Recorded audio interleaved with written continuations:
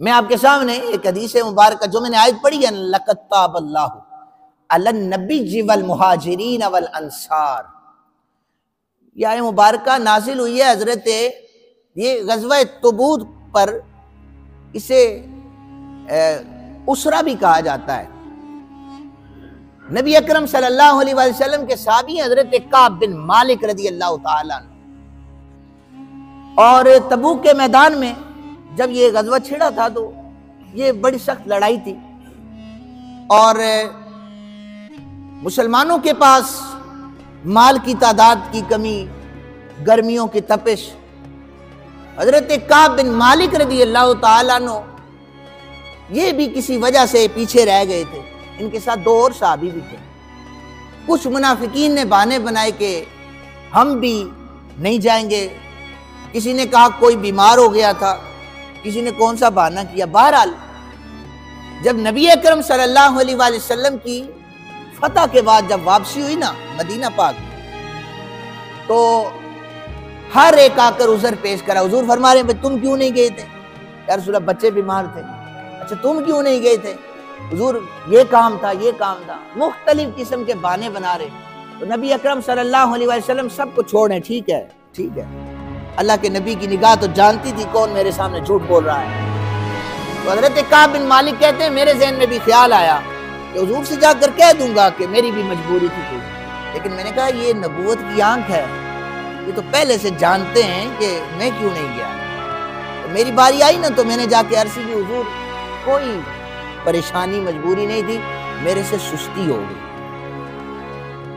تو جنہوں نے جھوٹ بولا سید عالم صلی اللہ علیہ وسلم نے انہیں کچھ نہیں کہا، پتہ تھا منافق ہیں، تو کہتے ہیں میں سچ بول رہا ہوں، حضور میرے سے سستی ہو گئی ہے اور کوئی مسئلہ نہیں ہے۔ حضور نے فرمایا میرے صحابہ سنو، آج کے بعد کوئی بھی کعب بن مالک کے ساتھ کلام نہیں کرے گا، کوئی کعب بن مالک کے ساتھ گفتگو نہیں کرے گا، 40 دن کا بائیکاٹ کیا جائے گا۔ مکتب عشق کا دستور نرالا دیکھا، اس کو چھٹی نہ ملی، جس نے سبق یاد کیا، کہتے میں نے سچ بولا ہے اور حضور نے بائیکاٹ کا اعلان کر دیا ہے۔ 3 صحابی تھے یہ۔ تو حضرت کعب بن مالک کہتے ہیں کہ پھر اب میں گھر چلا گیا، میں گلیوں سے گزرتا تو صحابہ میری طرف دیکھتے بھی نہیں تھے، لگتا تھا کہ مدینے کی گلیوں نے بھی مجھ سے چہرہ پھیر لیا ہے، جس سے میں کلام کرتا وہ مجھ سے کلام نہ کرتا۔ اور کبھی کبھی گزرتے ہوئے بازار میں میری نظر سید عالم صلی اللہ علیہ وآلہ وسلم پر پڑ جاتی۔ حضور پیار تو کرتے تھے نا حضرت کعب سے، اپنے غلاموں سے پیار کرتے تھے، حضور مجھے دیکھ رہے ہوتے تھے، لیکن جب میری نظر پڑتی تو حضور اپنی نظریں پھیر لیا کرتے تھے۔ کہتے ہیں کہ یہ معاملات میرے ساتھ تھے، میں دن رات روتا رہتا تھا کہ یا اللہ یہ معاملہ کیسا ہے کہ نبی اکرم صلی اللہ علیہ وآلہ وسلم نے 40 دن کے لیے میرے ساتھ سوشل بائیکاٹ کا اعلان کر دیا۔ کہتے ہیں میں ایک دن دیوار پھلانگ کر اپنے چچا زاد حضرت قتادہ کے باغ میں چلا گیا، کوئی بات نہیں کرتا تھا دیوار پھلانگ کر کے۔ تو میں قتادہ سے پوچھ رہا ہوں بار بار کہ اللہ کے نبی مجھ سے ناراض ہیں، قتادہ بھی میری بات کا کوئی جواب نہیں دے رہے۔ میں نے تیسری دفعہ پوچھا تو حضرت قتادہ کہتے ہیں اللہ اور اللہ کا رسول بہتر جانتا ہے کہ تجھ سے وہ ناراض ہے یا نہیں۔ کہتے ہیں ایک دن میں پھر مدینہ پاک کے بازار میں نکل گیا، تو مدینہ پاک کے بازار میں نکلا تو وہاں پر ایک زمیندار آیا ہوا تھا۔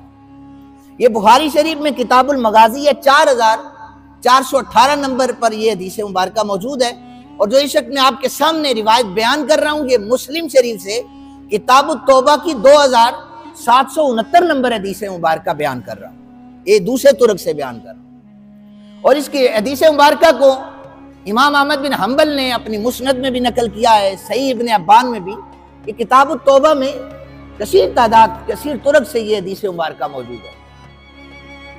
حضرت کعب بن مالک کہتے ہیں کہ اب میں اعلان کر رہا تھا کہ 40 دن پورے ہوں گے، بارگاہ مصطفیٰ سے بلاوا آ جائے گا، لیکن 40 دن پورے ہوئے نا تو نبی اکرم صلی اللہ علیہ وآلہ وسلم نے ایک اور شخص بھیجا جس نے آ کر کہا کہ اپنی بیوی کو چھوڑ دو، اپنے بچوں سے دور ہو جاؤ۔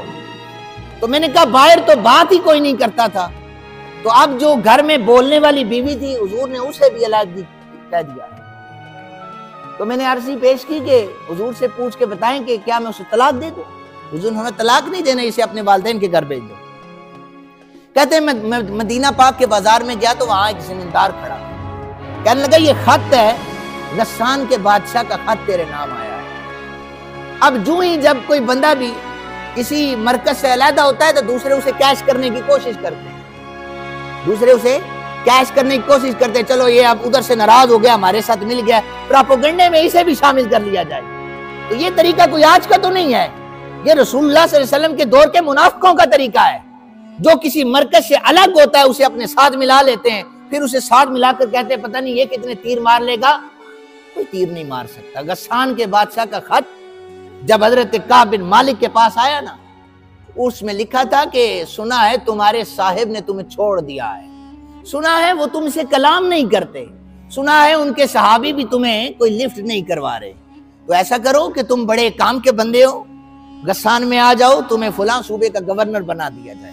حضرت کعب نے جب وہ خط پڑھا نا تو آنکھوں میں آنسو آ جائے، کپ کپی تاری ہو گئی، بھاگ کر جا کر اس خط کو تندور میں ڈالا، کہنے لگے کہ میرے پر یہ وقت آ گیا ہے کہ آپ کافر مجھے اپنے ساتھ ملانے کا کہہ رہے ہیں، کیا اللہ کے نبی اتنا مجھ سے ناراض ہے؟ پھر تہجد میں اٹھے نا تو اپنے اللہ کی بارگاہ میں گڑ گڑانے لگے، یا اللہ مجھ سے اتنی بڑی خطا ہو گئی ہے، یا اللہ تو معاف کرنے والا ہے، مجھے معاف کر دے، میرے آقا مجھ سے ناراض ہے۔ کہتے ہیں ابھی تہجد میں سجدوں میں تھے، دعائیں مانگ رہے تھے، اتنے میں ایک اعلان کرنے والے نے کہا کعب تجھے مبارک ہو، اللہ کا رسول تجھ سے راضی ہو چکا ہے۔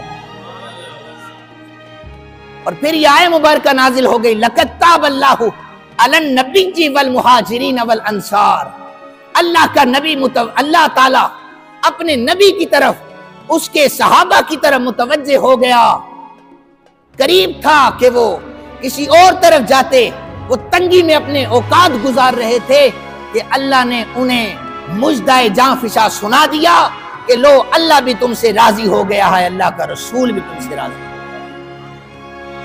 توبہ استغفار جو ہے نا، مغفرت جو ہے، وہ اس انداز سے ہوتی ہے کہ بندہ اپنے گناہ پر نادم ہوتا ہے، پریشان ہوتا ہے کہ میرا اللہ مجھ سے ناراض ہو جائے گا، لیکن یہاں پر کوئی آوے کا آوا بگڑا ہوا ہے، ہر شاخ پہ الو بیٹھا ہے، انجام گلستان کیا ہوگا، وہ حالات بنے ہوئے ہیں ہمارے۔